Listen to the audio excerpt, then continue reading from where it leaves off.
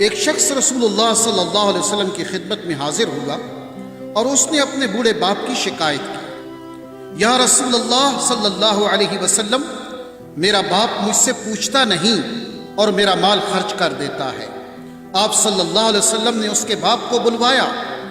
جب اس کو پتہ چلا کہ میرے بیٹے نے رسول اللہ صلی اللہ علیہ وسلم سے میری شکایت کی ہے تو وہ دل میں رنجیدہ ہوا اور انتہائی دکھی ہوا، اور اسی کیفیت میں رسول اللہ صلی اللہ علیہ وسلم کی بارگاہ میں حاضری کے لیے چل پڑا۔ چونکہ عرب کی گھٹی میں شاعری تھی تو راستے میں دل میں کچھ اشعار پڑھتے ہوئے پہنچا۔ ادھر دربار رسالت مآب صلی اللہ علیہ وسلم میں پہنچنے سے پہلے سیدنا جبریل علیہ السلام آپ صلی اللہ علیہ وسلم کی خدمت میں حاضر ہوئے اور عرض کیا، یا رسول اللہ صلی اللہ علیہ وسلم، اللہ تعالیٰ نے فرمایا ہے کہ اس کا معاملہ بعد میں سنیے گا، پہلے اس سے وہ اشعار سنیں جو یہ دل میں کہتا ہوا آ رہا تھا۔ جب وہ حاضر ہوا تو آپ صلی اللہ علیہ وسلم نے فرمایا، تمہارا معاملہ بعد میں سنا جائے گا، پہلے وہ اشعار سناؤ جو تم دل میں کہتے ہوئے آ رہے تھے۔ وہ آخر صحابی رسول تھا، یہ سن کر رونے لگا کہ جو اشعار ابھی میری زبان سے ادا بھی نہیں ہوئے اور میرے اپنے کانوں نے بھی نہیں سنے، آپ صلی اللہ علیہ وسلم کے رب نے وہ بھی سن لیے اور آپ صلی اللہ علیہ وسلم کو بھی بتا دیا۔ آپ نے ارشاد فرمایا، وہ کیا اشعار تھے، ہمیں بھی سناؤ۔ اس صحابی نے اشعار پڑھنا شروع کیے جنہیں سن کر پتہ چلتا ہے کہ وہ کس قدر جذباتی کیفیت اور دکھی دل کے ساتھ دل میں ادا کیے ہیں۔ ان اشعار کا اردو ترجمہ یہ ہے، اے میرے بیٹے، جس دن تو پیدا ہوا ہماری محنت کے دن اسی وقت سے شروع ہو گئے تھے۔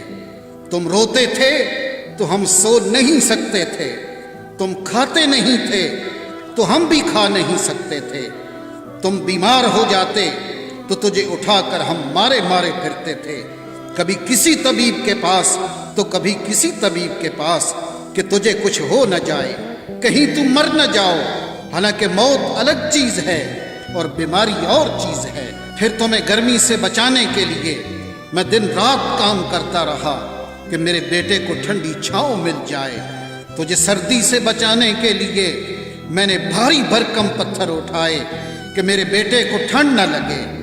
جو کچھ کمایا تیرے لیے کمایا، جو کچھ بچایا تیرے لیے بچایا، تیری جوانی کے خواب دیکھنے کے لیے میں نے نہ سردی کی پرواہ کی اور نہ گرمی کی، دن رات اتنی محنت کی کہ اب میری ہڈیاں کمزور ہو گئی ہیں اور تم کڑیل جوان بن گئے ہو۔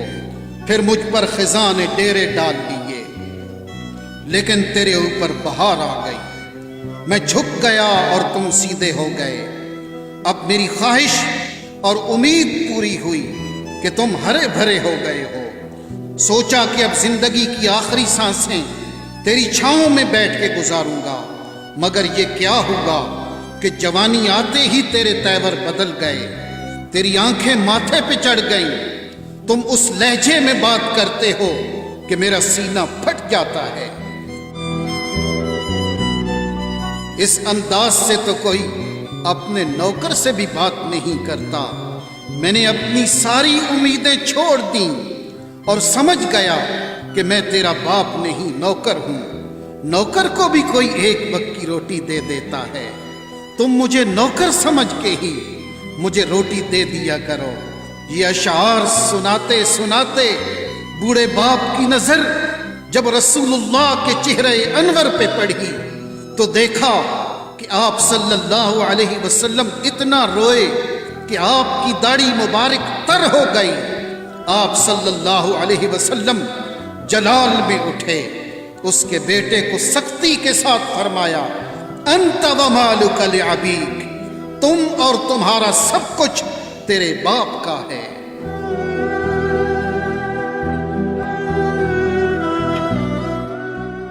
والدین کے ادب و احترام کا حکم اللہ رب العالمین نے دیا، وَقَضَىٰ رَبُّكَ أَلَّا تَعْبُدُوا إِلَّا إِيَّاهُ وبالوالدین احسانا، اور آپ کے رب نے حکم فرمایا ہے کہ تم اللہ کے سوا کسی کی عبادت مت کرو اور والدین کے ساتھ حسن سلوک کیا کرو۔ اما یبلغن عندک الکبر احدہما او کلاہما، اگر تمہارے سامنے دونوں میں سے کوئی ایک یا دونوں بڑھاپے کو پہنچ جائیں، فلا تقل لہما اف ولا تنہرہما، تو انہیں اف بھی نہ کہنا اور انہیں جھڑکنا بھی نہیں۔